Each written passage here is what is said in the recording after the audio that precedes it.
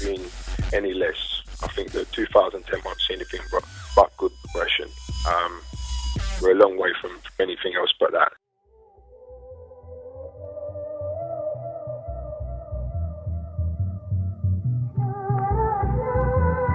Throughout the history of rave culture, there's been a recognisable pattern of the root sound expanding into a style that is almost unrecognisable from its origin, just as techno and jungle, which suffered the same fate. This poses a question as to whether there can be a link to this growth of underground scenes.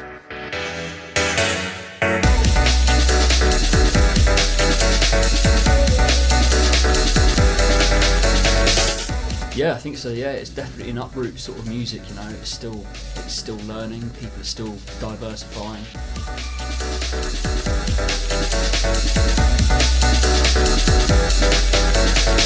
I think it is just a natural progression. You know, I mean, I've seen the same thing happen from, you know, when jungle turned into drum and bass, and, you know, the way techno's evolved over the years and stuff as well.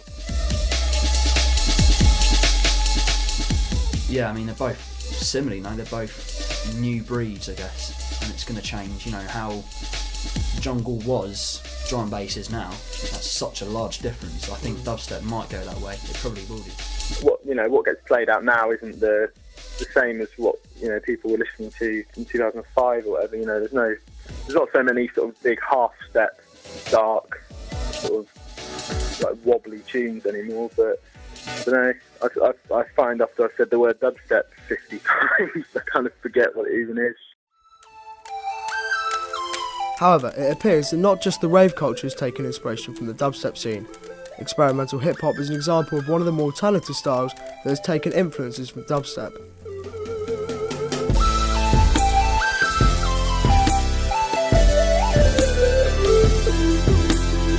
You got like the wonk side of things, like, which I don't know if it necessarily spawned from dubstep, but I think it's quite heavily influenced by it. Like you'll see like Flying Lotus playing it forward.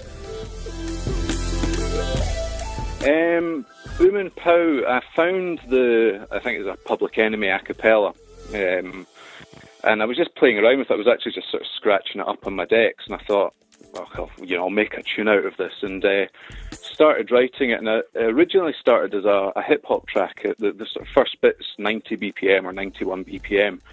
Then I wrote about a minute and a half of it, and then left it, and didn't go back to it for about a month.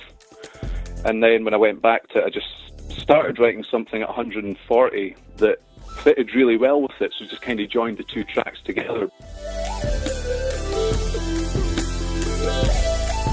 I think the electronica influence has kind of come from everyone who, you know, there's so many people who used to sort of make, I hate the term, but like IDM and breakcore and stuff like that. And I think that sound's just getting a bit stale now, so people are just sort of borrowing bits of, you know, the dubstep sound or whatever and bringing it into their productions.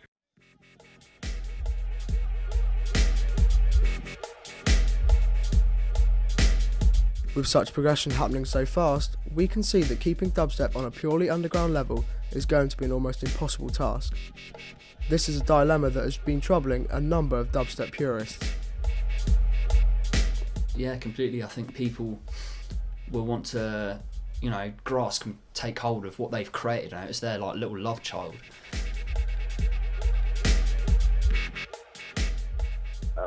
I'd say it still is underground music with the people like Jason Status, so definitely Casper and Roscoe and Scream and the whole Magnetic Man with Benga and that.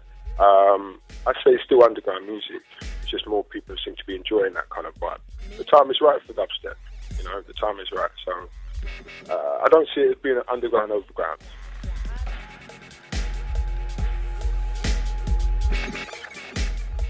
So certain DJs who are bringing stuff to the table, like the Bristol crew, labels like Punch Drunk and things, have got a real sort of tight, sort of close-knit clan, you know. I think that's going to be... you're going to find that more common, I think, like different crews of sound systems. You know, the whole kind of vibe makes people tilt their head, and whatever they're doing, have a look at it from a different perspective. There's a lot of people being influenced by dubstep in other genres, they're not coming into dubstep. They're listening to dubstep and making their own music with a different view. Yeah, you know, and that's the good stuff. It's like you like to support your local football team, you know, you like to support your local sounds. I think people are going down that route. The money's not in anyone's minds whatsoever. I mean, like, you're not going to get huge, like, Pete Tong kind of styled sets where you get thousands of pounds for one set. That comes later on once the music's kind of established itself within mainstream culture, I think.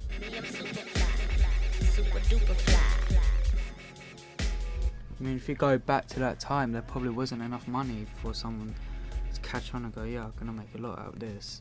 It's probably for the love.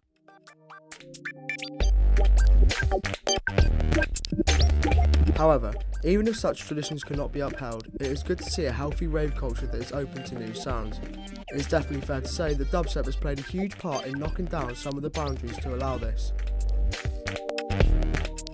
You know, I'm always feeling that I should put a glitch in here, or, you know, put an extras pad in here and just kind of fill the sound out a little bit. And then I think from there, like, it does just become a sort of fuller sounding track than, you know, the 4 or 5 tracks that it normally takes to make up kind of a sort of minimal or sparse dubstep track.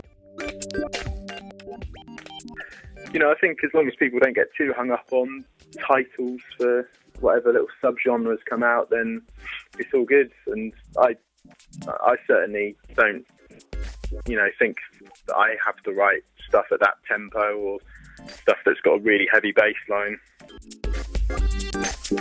There's so many of them that you see them at the same parties, all these guys, and they're considered within the same scene and played within the same sort of sets as dubstep DJs are.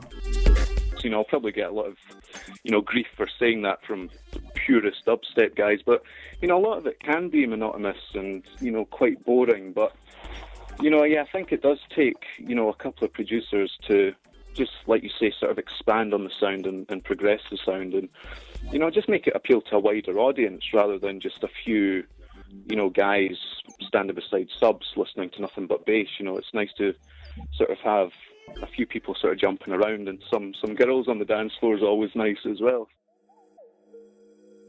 Breathe. Close your eyes and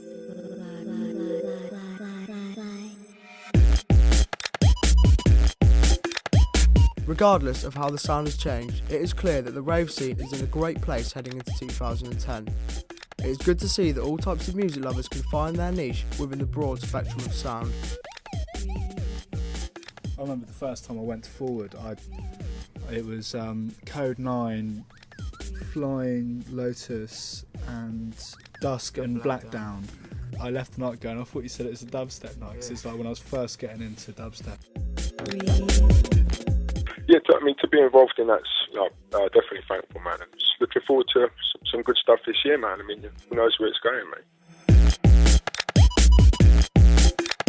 If you want to, especially in London, if you want to know what the new sort of sound is that's coming out, go Forward. Like every Sunday, you won't just get your generic sort of dubstep. You'll get the new stuff coming out. Other than when I DJ, I don't think I really fit into the scene. And I'm quite happy with that because, you know, it means that people don't have sort of a preconception of what your next record's going to be. I feel I can kind of experiment a bit more without people going, "Oh, you haven't written a dance floor wobbler or something." I don't really think that I fall into one particular genre. I kind of think electronic music's electronic music. It's usually just sort of reviewers and the sort of beard scratching crowd that kind of give everything these subgenres.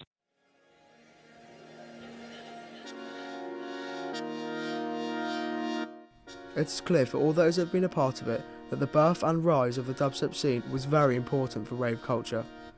Music such as this is important for giving new blood to the rave scene, a crucial factor in allowing electronic music to evolve. The time is right for dubstep, you know, the time is right.